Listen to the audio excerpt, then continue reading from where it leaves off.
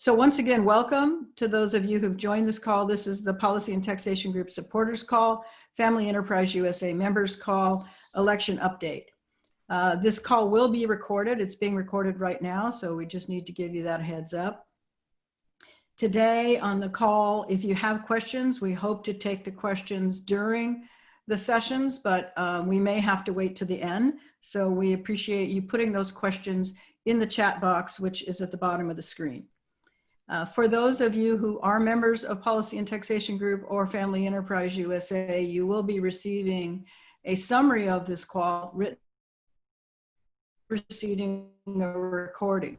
If you are not a member of Family Enterprise USA or a supporter of Policy and Taxation Group, we of course urge you to become one. Go to our websites. You can see them behind me. You can find them on the internet. Please donate and join. Family Enterprise USA has a special offer through the end of the year asking people to join as members for $100 because we're trying to build our base of membership. So once again, we really appreciate you being on the call. I'm going to quickly go over the agenda where we're going to start the conversation with Frank Luntz, who will give us the brief election update. And then I'm going to ask Russ Sullivan to introduce Senator Mark Begich of Alaska, then Brandon Ramon of Squire Patton Boggs and Russ Sullivan of the Brownstein Law Firm will give us their thoughts on the election update as time all permits. So I know everyone's very anxious to hear what Frank has to say, so I'm going to turn it over to you, Frank.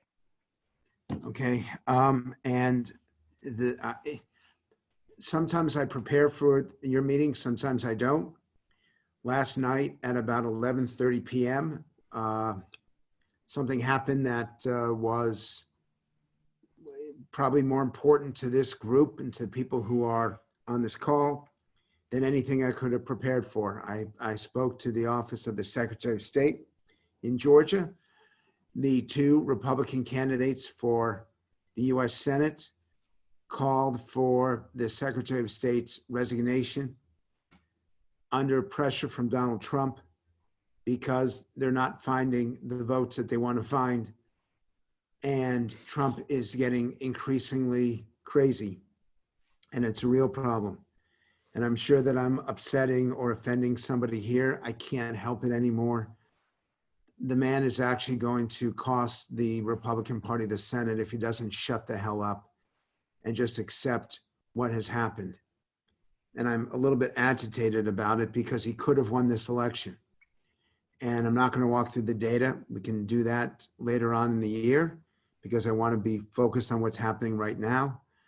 But Donald Trump could have won this election if he had not been such a jerk in the first debate and had been so rude to Joe Biden that he interrupted him 70 times in 90 minutes. If he had not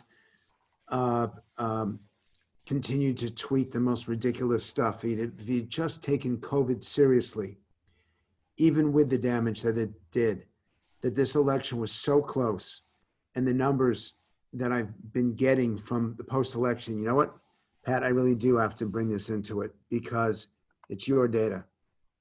And you should see where the public stands. But it was just so frustrating to me what happened over the last few weeks, what's been happening since over the last 2-3 years, not just about Donald Trump, but really about where the country is headed.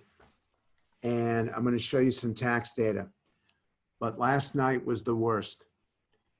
You will not have a problem if the two Republican senators and the Alaska senator will talk to this, will address this. Your whole lives will be different if those two senators, even if one of them is reelected. All they have to do is win one of those seats, and you will not have the Trump tax cuts reversed.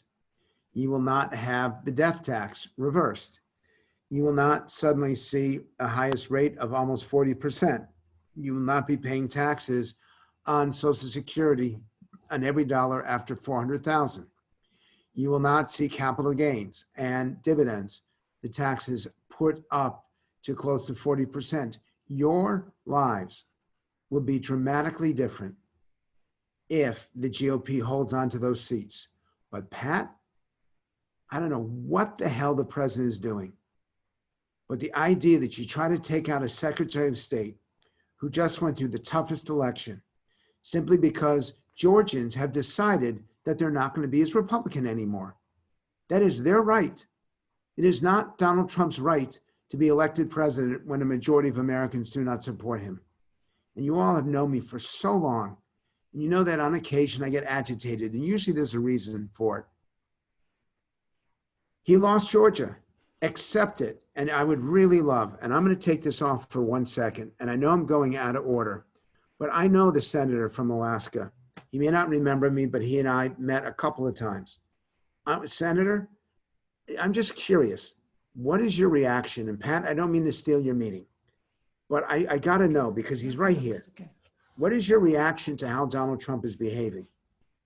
Well, that's simple. I think for all the words, I was enjoying your conversation because you're absolutely right. The more he makes it about himself, which is what he's doing. You know, last night it was the defense secretary, which is unheard of to ask for someone to resign right after you won an election when you're not sure you won or lost in the sense of the Biden administration.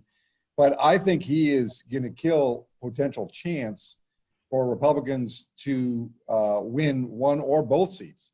And if you know, as I know, Stacey Abrams there personally, she's no nonsense. She knows those numbers inside and out. And what I think the president cannot help himself because he has no exit strategy that he thought about.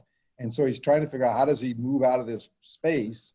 And I think the next 30 days, the more he does what he's doing, the odds increase that the Senate will, those two seats will become Democratic controlled, or at least one of them potentially become Democratic controlled. He is self-destructive.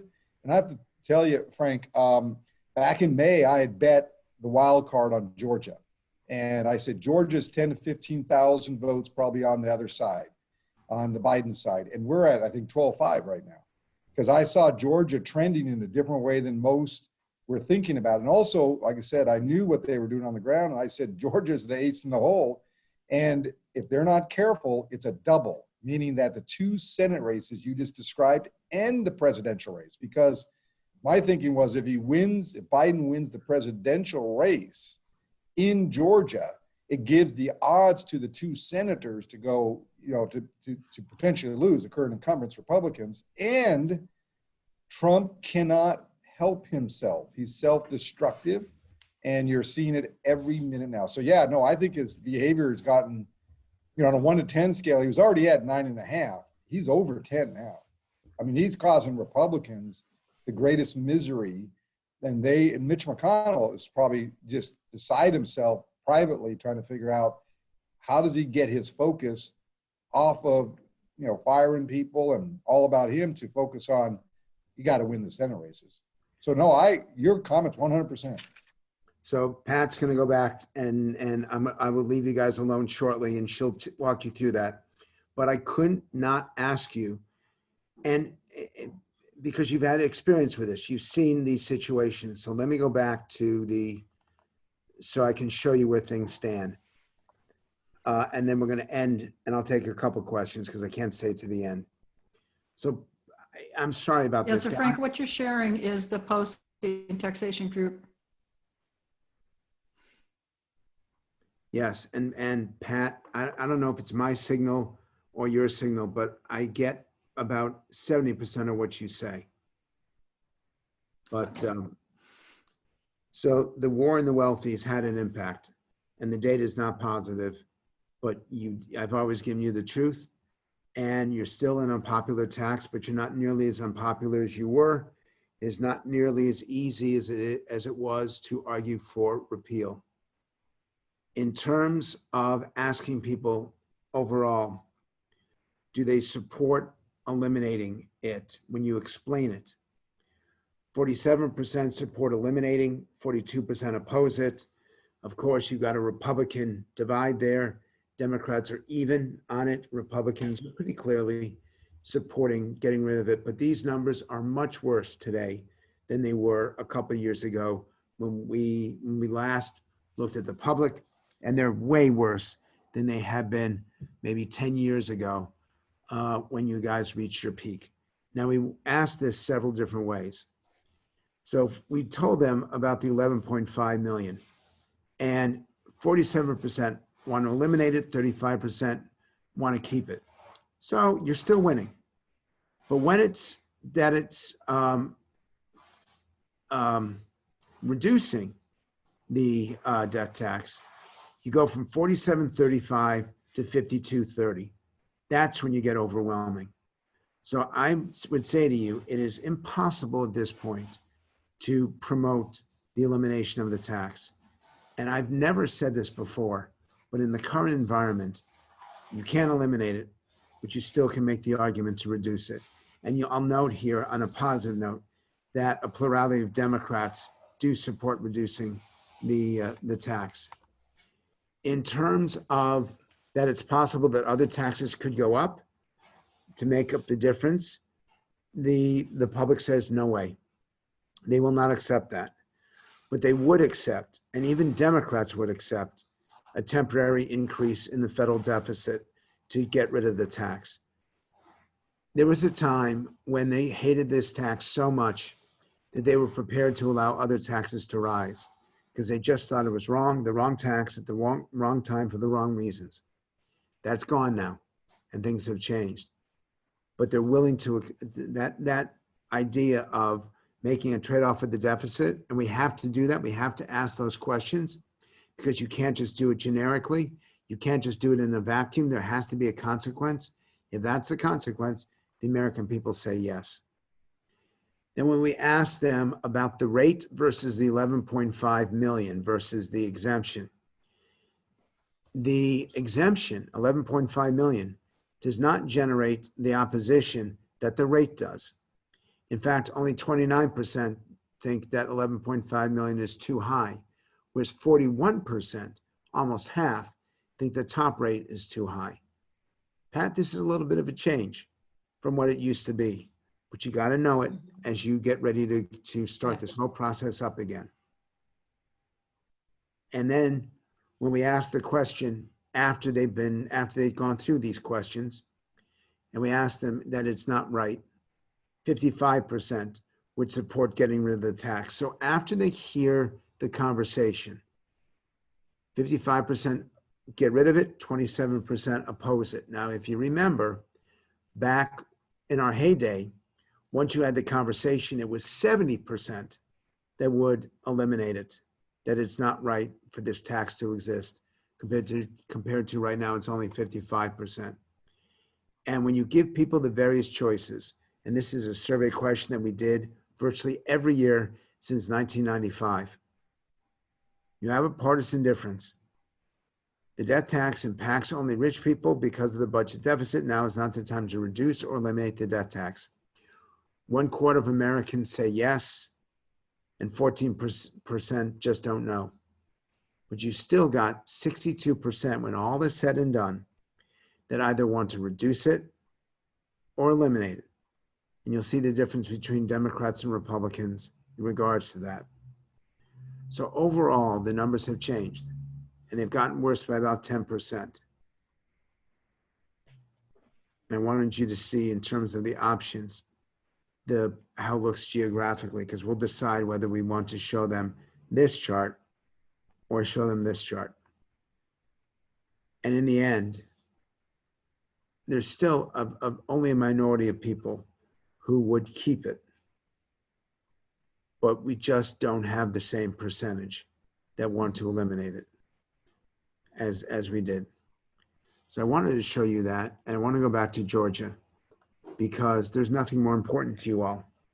It's more important than Donald Trump getting elected, because in the end, a president can call for if you had to choose which more powerful, the Senate or the White House, the White House can make life difficult, but the Senate cannot, the White House cannot change legislation, the Senate can. So I'm putting it all on the line for you guys because this is all on the line. If those two Republicans get elected, if even one of those Republicans get elected, your whole life is different. If both of them lose, you're screwed. Pat, should we do 2 questions? Yeah, that'd be fine, Frank. Anyone want to put a question in the chat box for Frank? And what I would say is that's very helpful information, Frank. That was the post-election night poll that he did, those questions as well as other questions. And Frank, I'd love to have that as soon as you can send me those slides so I can use them for a presentation I'm doing on Thursday. I am actually somewhat pleased that the numbers aren't worse because people are suffering with COVID, with loss of jobs.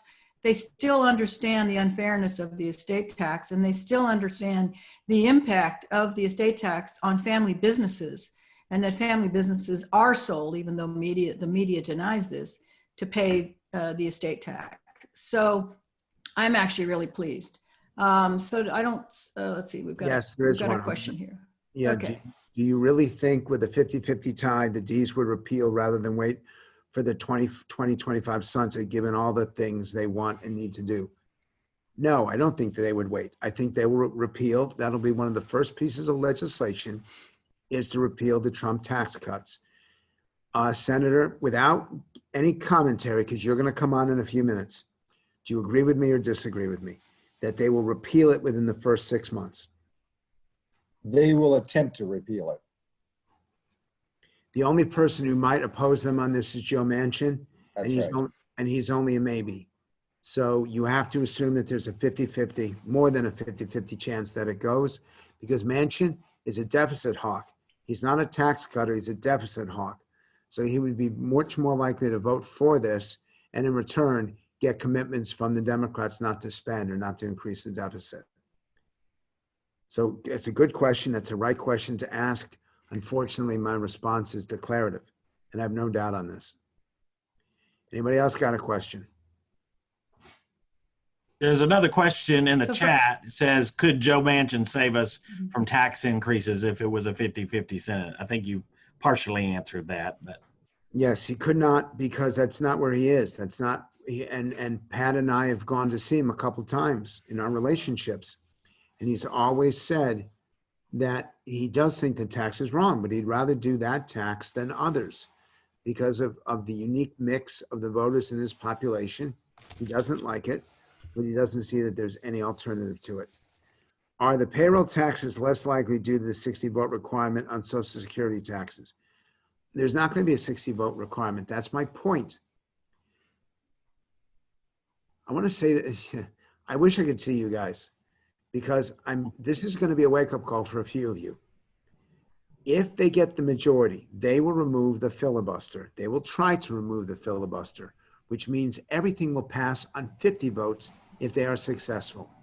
Now, Manchin has said that he will disagree with that. He will vote against it. He's told me that personally. However, under severe pressure and under the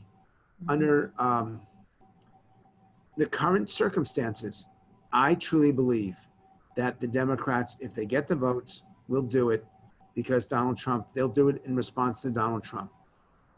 So all this legislation passes, the increase on Social Security, the increase on dividends, the increase on capital gains, it all happens. And you all, because of your membership, ought to be working out how you're going to prevent that from happening. To be blunt, I have never been ideological on this. Let me take that back. Let me apologize. I have been ideological. I've never been partisan. And this organization is not a partisan organization. There have been Democrats who have been active in the past. But for what you're trying to achieve, you will be destroyed if the Republicans lose one of those seats. How likely would tax changes be retroactive? They will definitely be retroactive till January 1st. They can't make it retroactive before a calendar year. They can't take it back to when the legislation was passed, but they will make it retroactive to the beginning of the year. So you should be doing some tax. And the problem is, you can't even plan on this because the vote isn't until January 5th. So you would need to make the changes, the annual changes, based on this happening. And frankly, I will tell you that I'm going to assume that the senators are defeated, which means I'm going to sell a bunch of stuff and I'm going to plan accordingly in terms of my income and my expenses, because I have no faith that the Democrats will keep this seat. But you have to assume that it'll be retroactive to the 1st of January, but not to when the tax cuts were originally passed. Okay? I have Okay. one more. Can I ask one more real quick? I think it's Mhm. important. Frank, you were exactly right the last time you talked to us. You said Biden will probably win, but the Senate, it's going to be very close, and there's a good chance Republicans will maintain it. Was there anything else in the election, particularly on the tax side at the state level, that gave you encouragement or discouragement? I mean, I think in California, the proposition to raise property taxes lost. In Illinois, the graduated income tax on the wealthy lost. But in Arizona, I think a graduated income tax did prevail. Yep. Make any sense out of some of that for purposes of how we move to protect the wealthy from overtaxation? Yes, it prevailed in Arizona. Now, I wanted to be involved in that, and they wouldn't let me. And actually, the group that was doing the polling for it did somewhere in the neighborhood of $300,000 in 2 months of research, and they still couldn't bring about a victory. And I asked them for a $50,000 commitment, 1/6 the amount. And I'm so fucking fed up. I'm fed up with 2 reasons. Number one is the incompetence of the people who are now working in this industry. You saw how badly the pollsters did. And Pat, if you want to send around the CNBC and the stuff that I did, the BBC, I got named the most accurate pundit this year. This happened to me with the Washington Post when I first entered into this. They don't know what the hell they're doing. And then the second thing is that groups like yours don't go all in. You have to go all in. That the stakes have never been higher than what it is right now. And Arizona is an example of them blowing it. California, they went against the property tax increase, but they did go in favor of Uber and Lyft to allow those people to allow the riders to continue to function. We are sending mixed messages right now because we are an evenly divided country. We are evenly divided. And who gets 51 and who gets 49 is going to depend entirely on who works harder. So wake up, y'all, because your entire future, and I'm talking because I know some of you, and you know that this is worth many, many millions of dollars. Don't waste your money. Don't just spend it, because they're going to put in probably $100 million into this campaign over the next 2 months in a single state, and in a not a big state. But spend it wisely and be smart about it. Pat? Thanks, Frank. Thank you so much for coming on. I appreciate your comments. I support, as you know, I support what you do. I believe in you, and we're lucky to have such a great American working for us. What you should all understand. I'm not a great Go American. ahead. If I was a great American, I could have done something. If I was a great American, we would not be in the situation that we're in right now. So I appreciate the compliment, but it is not deserved. But I'm asking you all to earn it. I'm asking you all to actually get up and fight for yourself just this one time. And I can't say it more explicitly. If those 2 seats go, it's going to cost you millions and millions and millions of dollars. Please. Sorry. Yeah, that's all right. I appreciate it, Frank. I totally understand where you are, and I will give the same message that Frank gave, which is it's time to stand up and be counted. It's time for everybody to support what we have believed in and worked for 25 years. So thanks once again, Frank, for your support. And you are a great American, but you can't do it alone. So I really appreciate it. Frank, I'm going to let you go because I know you have another call. So we're very fortunate today to have Senator Mark Begich on the call from Alaska. I've asked Russ Sullivan to introduce him, and I'm going to turn my video off because I think it's not helping the internet connection. So I'm just going to leave my audio on. So Russ, you have the floor. Great. Thank you, Pat. It's great to be with you all today. Let me introduce you to my colleague, Senator Mark Begich of Alaska. Mark served in the U.S. Senate from 2009 to 2015. He, prior to that, was the mayor of Anchorage and has a long history in Alaska. He, in the Senate, was involved and critical on a number of issues, including veterans issues and virtually everything that affected rural America and the energy sector. He is since has affiliated with Brownstein, but he is different than many senators and others who've talked to you in that he is a successful businessman like many of you.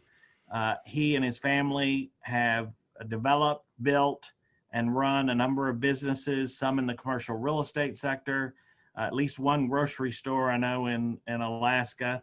And he and his family have faced the estate tax. I believe he helped his parents sort of navigate around the estate tax. He may tell you a little bit more about that today.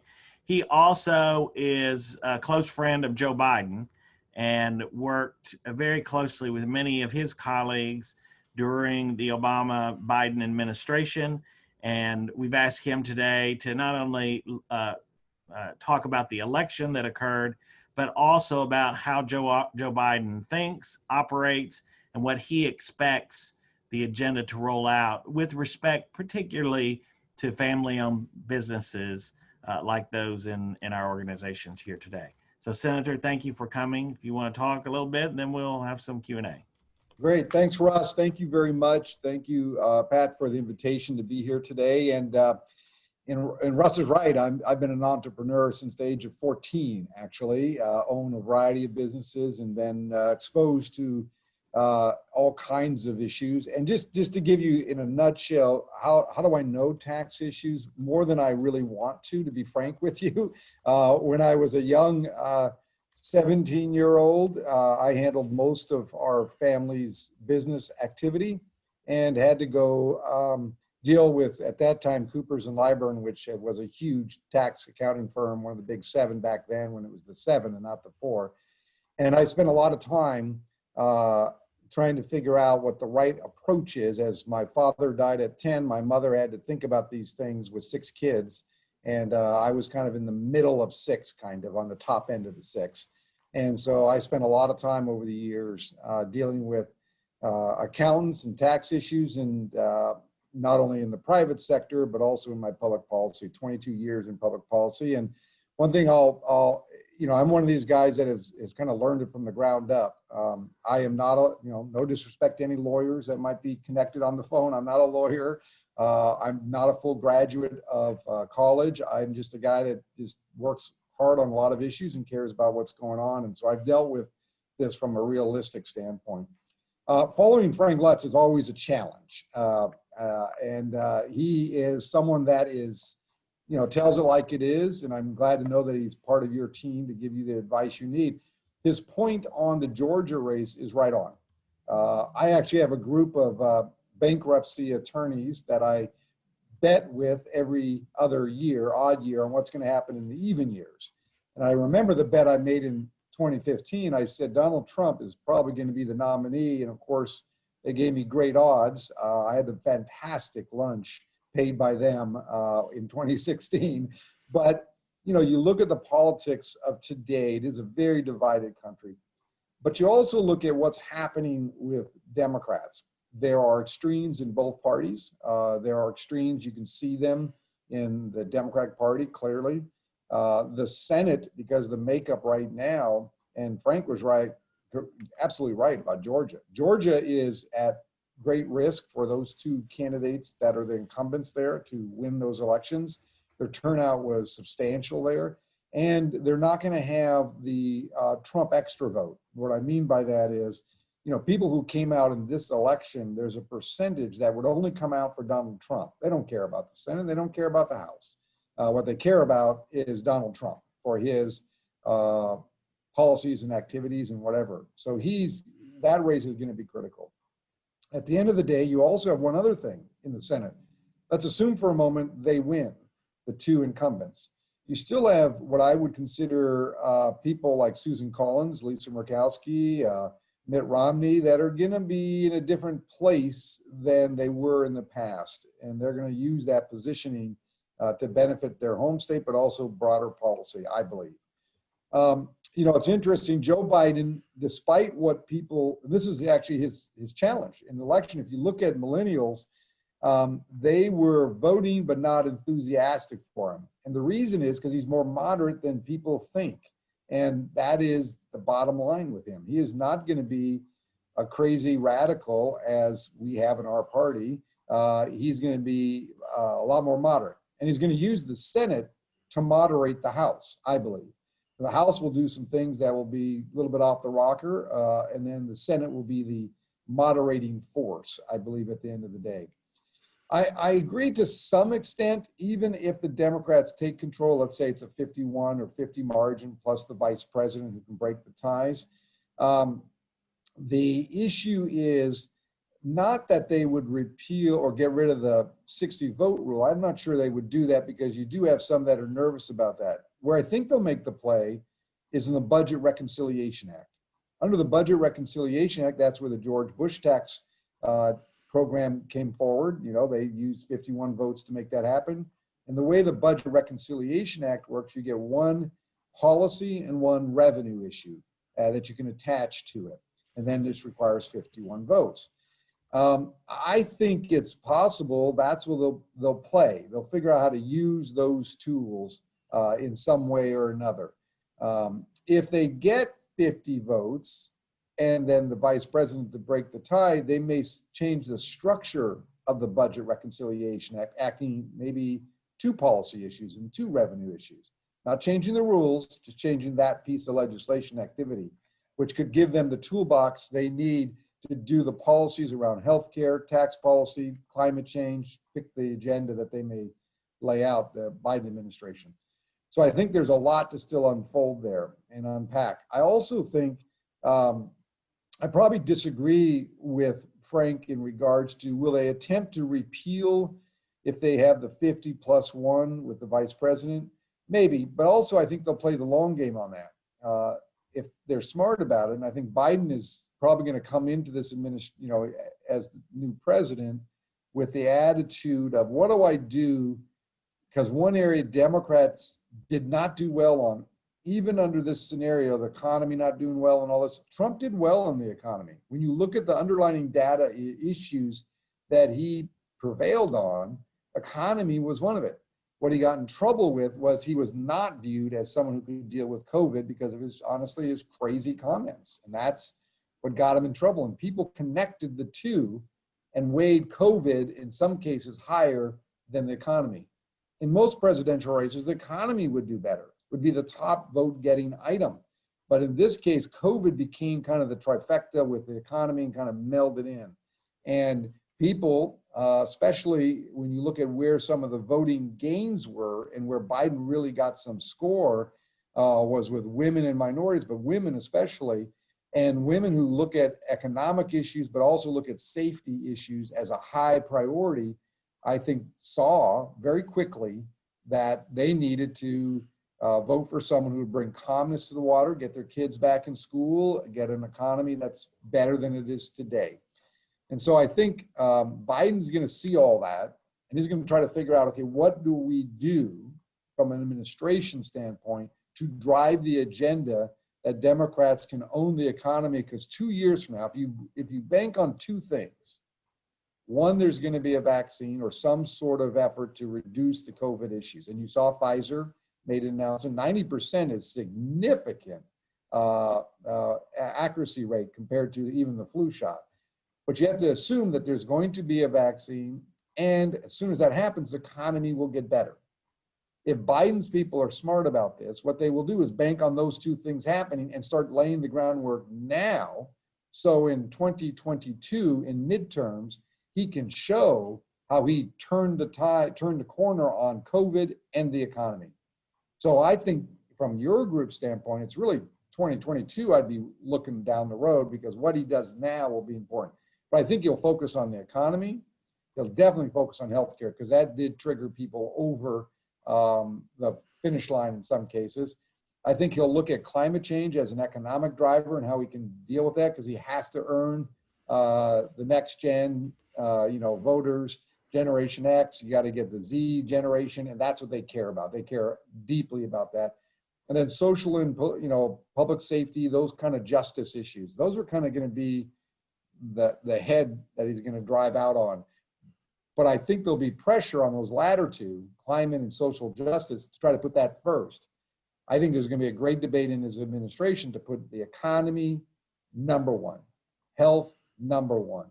Because if you can bank on that all coming together by next second or third quarter, economy getting better, viruses under control, he can take that score, popularity will be good, and then he can work on the other two issues and get some real long-term gain in his mind. If I was sitting around advising and giving my 2 bits in that inner circle of the inner circle, I like to call it, that's what I'd be doing. The other thing I'll just mention, and I think it's important to note this on your issues, I think Frank is right. I think going to asking for a repeal, no matter if you want it or not, I think I would not burn the energy. What you want to do is keep that rate low and watch the other rate structures. Here's where people make the mistake. And I'll tell you a quick story. When I left the Senate, President Obama had 2 more years left. And I remember making the request, and I might have told Russ this story. I made the request for an exit interview. Now, they didn't know what that was in the White House. I said, well, I'm a senator. I'm leaving. I'm exiting. If I was an employer, I would get exit interviews, want to know what I did wrong, what I did right. And I remember it took me 3 different tries to get this meeting for an exit interview. So I come into the Oval Office, the president and me, that's it, just 2 of us. And I talked about the economic engine that he has been riding on. It was at that point, I think it was 60 or 70 consecutive months. You rarely heard the White House talk about it. But I talked about tax policy. And what I said was, the corporate tax for C Corps is one thing. The estate tax, LLCs, LLPs, LPs, all these sub-assets, all these have a different ball of wax.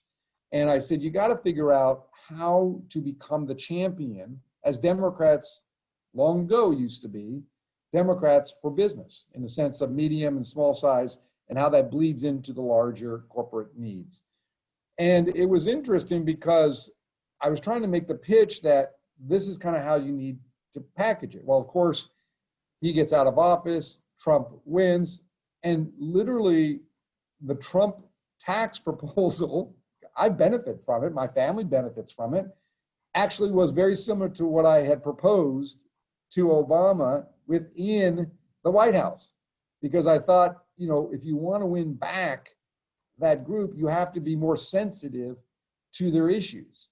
For example, when I was in the Senate, was anxious to get the minimum wage up, I argued in leadership, and I will never forget this. I was a 3rd-year senator in leadership, and I remember around the table of 5 members, Schumer and Patty Murray and Durbin and others, and I said, well, I'm not going to support the minimum wage increase unless you put in there depreciation for 179 and bonus depreciation. And they had no clue what that is. I'm just going to tell you that right now. But when I explained it, I said, you put that in, then I could support a minimum wage increase, despite the fact that most people already pay that. The next meeting, they brought in Harkin, a legend in the Senate, a young guy, to beat me down on this issue. And I refused. I said, no. This is how you can't just take and expect these businesses to successfully succeed in the long term without some benefit on a tax policy. And we prevailed. We got in there, and that was kind of the end compromise of that package. But I think at the end of the day, you're going to have some challenges because you have multiple fronts. There's going to be a huge deficit. You're going to have Republicans going to become suddenly even more deficit hawks than ever before. And you're going to have people trying to figure out how to pay for things. So you're going to get leveraged. And I think that the safest place to be is keep the rate where it is. Don't have them increase it. Don't be beaten on a repeal, and watch the capital gains issues. And I think the restructuring of how those messages are, like capital gains benefits so many people in retirement. My mother benefits from it, because of the taxes on the dividends and the capital gains, she ends up paying less than her normal rate. So from my perspective, there's a lot of plays here. I think the Biden administration, I think there's still more to come. A lot of people think, oh, here's who's going to be this person or that person. They're now in full mode, and we're going to see a lot more names appearing. And it's going to be important to understand who these people are, because I believe you'll see some hard left in a couple positions, but there'll be a lot of moderates because that's who he is. And people who think otherwise are mistaken. Yes, he's more liberal on social issues, no question about that.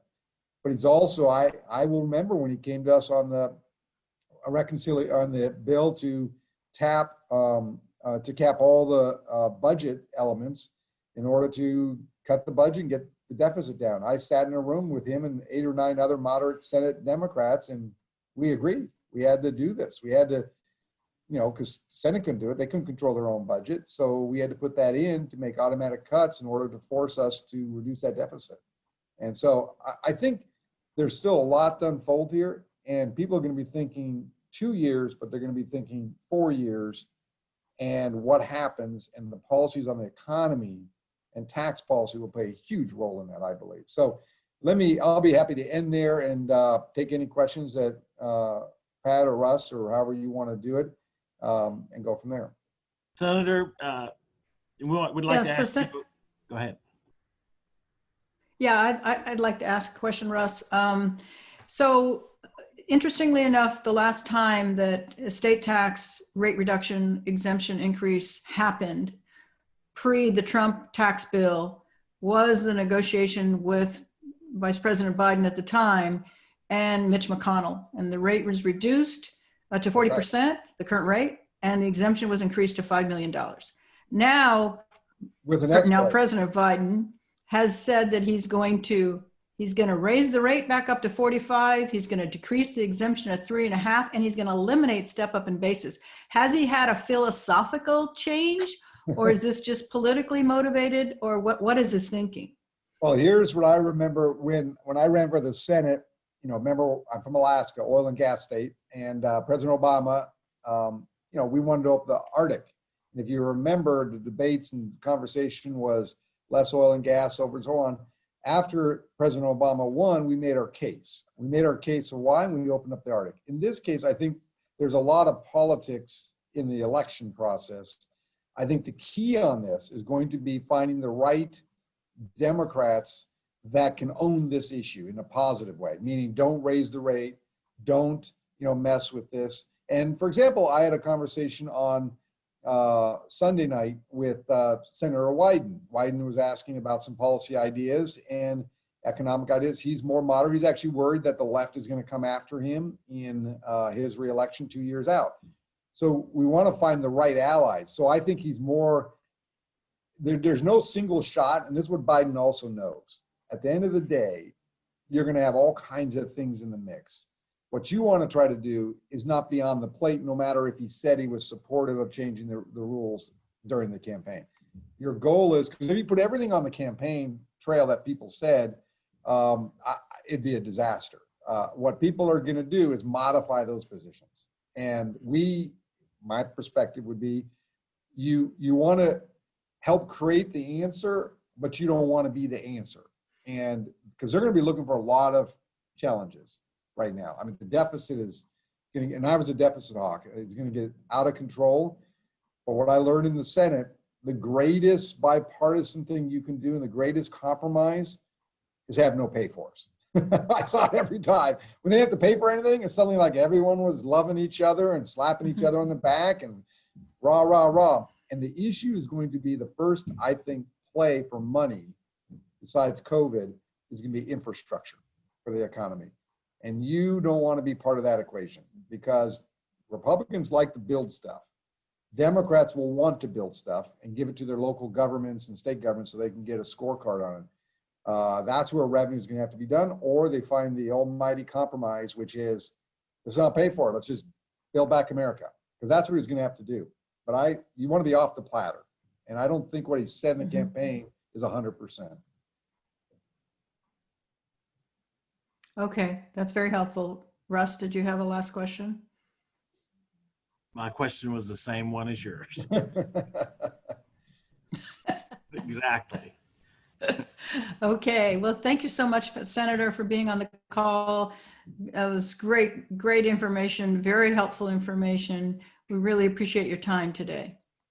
Well, thank you very much. Thanks and good luck to your group. And anything Russ calls on me for, I'll be happy to help. Love working with him. And he's a breadth of incredible knowledge around tax policy. So you got a good one. Thank you. Yeah, we do. Senator. Thanks so much.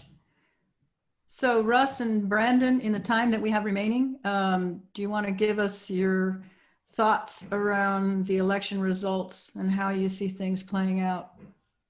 Sure. Well, I'll start with you, Russ. Our speakers actually gave a fairly good, thorough detail, more than I expected, on how things will play out. I think we need to clarify a few things related to the Senate, because that really is where the rubber's going to meet the road. So if Frank Luntz is right, the Democrats would have to win both of those seats in order to control the Senate, even tenuously at 50-50, with Kamala Harris breaking the tie. Senator Begich said that he doubts that Democrats will get rid of the filibuster. Frank Luntz believes they will. They're kind of both right. I remember on the ACA tax or whole bill when we had to have 60 votes, and we had some Democrats who did not want to vote for the bill, but they were pressured into voting for the bill. Some of them lost their seats 2 years later because they voted for the bill. But there is that enormous pressure. In this case, however, I think Senator Begich is right. There are some Democrats, Feinstein, Kirsten Sinema, Manchin, who've just been fairly absolute that they're not going to vote to get rid of the filibuster. So even if it gets 50-50, I don't think that will happen. So that would leave Democrats with only the option of pursuing this budget reconciliation. To do that, they have to pass a budget. That's hard for Democrats to do because the House is going to want a bigger budget than the Senate Democrats are going to want. But they could work it out and make it happen. And in fact, Republicans did the exact same thing in 2017. They passed a quick budget at the beginning of 2017 that then authorized the vote at 51 votes to get rid of Obamacare. That ultimately failed when McCain voted against repealing Obamacare.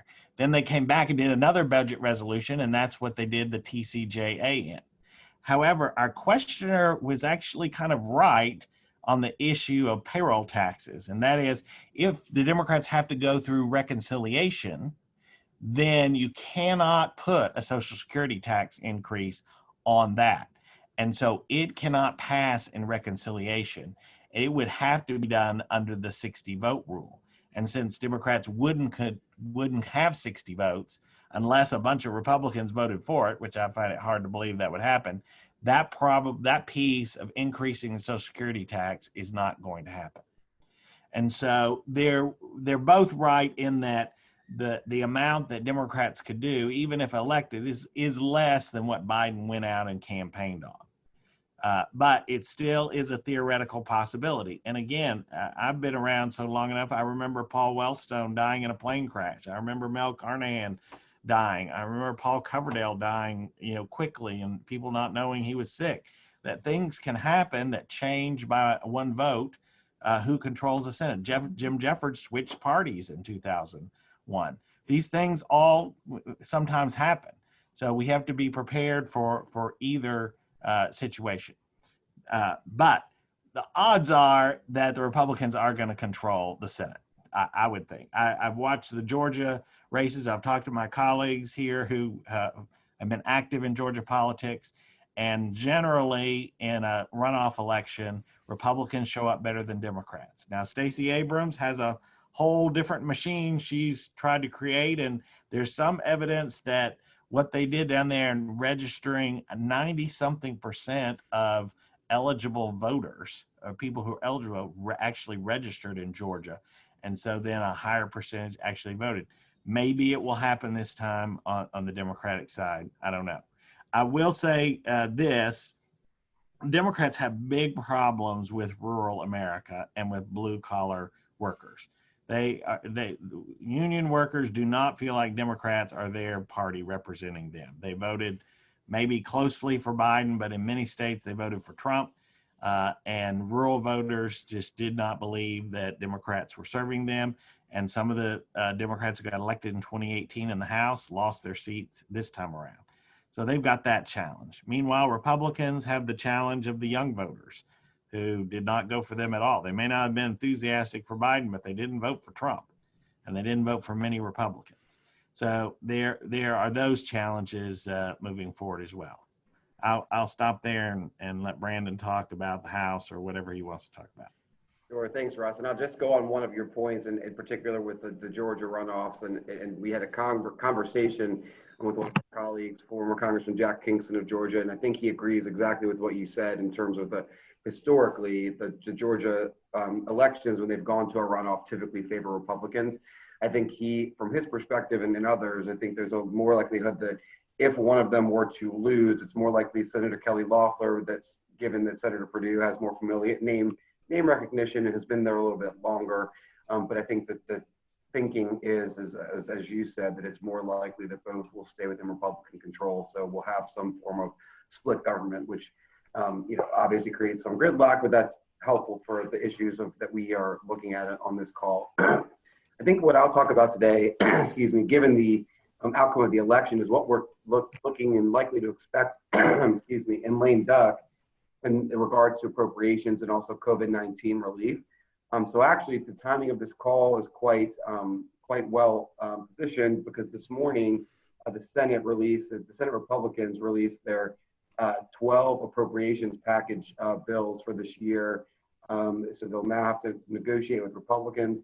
On the Senate side, Senator Leahy, who is the lead Democrat on the Senate Appropriations Committee, said that they're about 90% in agreement, but there's a few issues that they need to resolve. But I think the goal here this year is to put together a full year of spending bill that lasts for the remainder of the FY 2021 year, fiscal year. And so that would take us past December 11th, which is when the current funding levels expire. There is discussions about potentially doing one more short-term spending bill that would be pushed up against Christmas to allow a little bit further time to negotiate. But it seems like they're trending and trying to get a full appropriations package together. And I think that's important because on the tax side of things, from our discussions, if there's a continuing resolution that lasts until sometime next year, they're unlikely, at least this year, to include any tax changes. But if they do include a full omnibus bill, then they may attach certain things like tax extenders, some tax incentives for craft beverages, retirement savings incentives and whatnot to that overall bill. So we'll have to kind of see how that plays out, but that is, as of today, where things are hopefully headed.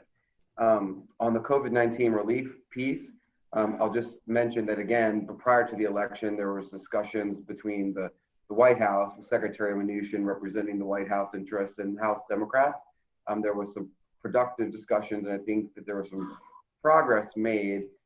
Senator McConnell has since the election said that he's continuing to pursue a COVID package before the end of the year, a limited package that is. Obviously, the House Democrats would like to see something bigger done, so we'll have to see kind of how those things come together. But I think that there was some movement in that direction, and again, there's been discussions about potentially tying that COVID relief to an appropriations package. Not yet progressed to that point yet, because I think they're still getting to an agreement on what would be included, but those are still on the table.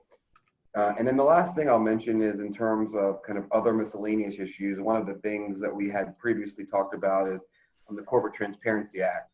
You'll remember that is a bill that would make some changes to our Anti-Money Laundering and Bank Secrecy Act requirements of the United States, and would effectively result in certain disclosures required from various businesses. And that would impact a lot of those family-held businesses here on the call, and make available some of your information in a publicly accessible database if that were to be enacted.